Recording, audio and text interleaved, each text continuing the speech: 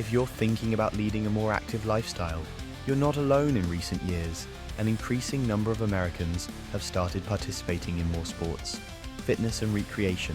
Whether you're trying to get fit, build muscle, or you're just tired of the couch, here are some changes you can expect along the way. During that first workout, you might feel more alert and energized because ramping up your heart rate means a boost in overall blood flow and oxygen to the brain.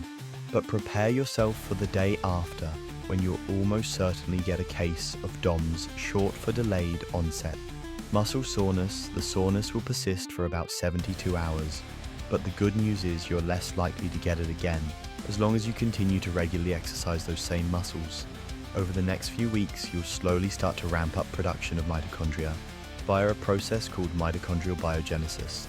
Mitochondria are the parts of your cells that convert carbs, fat, and protein, and a fuel that your muscles use to do their job, like flexing contract after 6 to 8 weeks.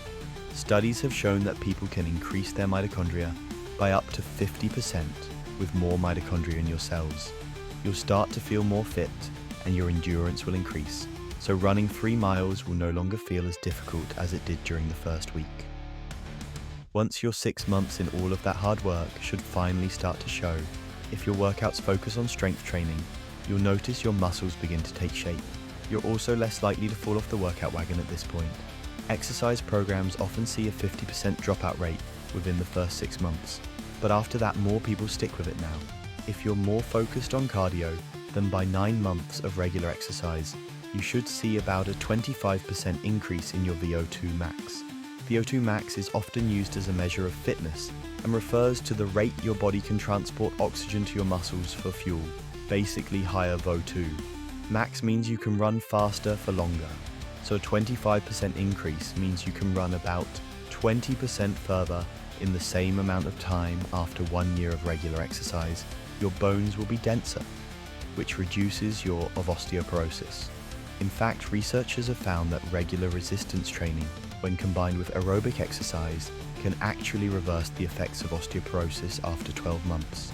Now, if you maintain your exercise program long term, your body might not be the only thing to benefit your bank account.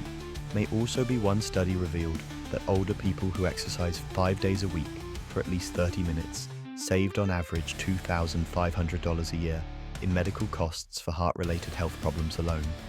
You'll also be at a lower risk of developing arthritis type 2, diabetes, dementia, and certain types of cancer like breast and colon.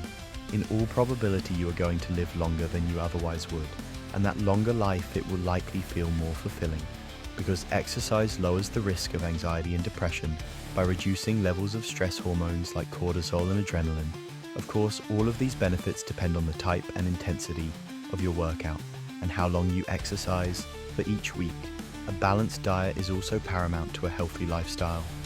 For the average adult ages 18 to 64, the US Department of Health and Human Services recommends either a minimum of 2.5 hours per week of moderately intense exercise like brisk walking or biking, or at least 1 hour and 15 minutes each week that combines moderate and high intensity workouts like running and swimming sprints on top of that. Make sure and take 2 days each week to strengthen your muscles with some weights or resistance training. This will help your overall speed and endurance as you begin. It's important to pace yourself and not push too hard too fast, or you risk serious injury. You'll discover that the fitter you become, the easier it will be to exert a little more energy the next week, the week after, and so forth. Exercise smart and often, and you'll be running marathons in no time. You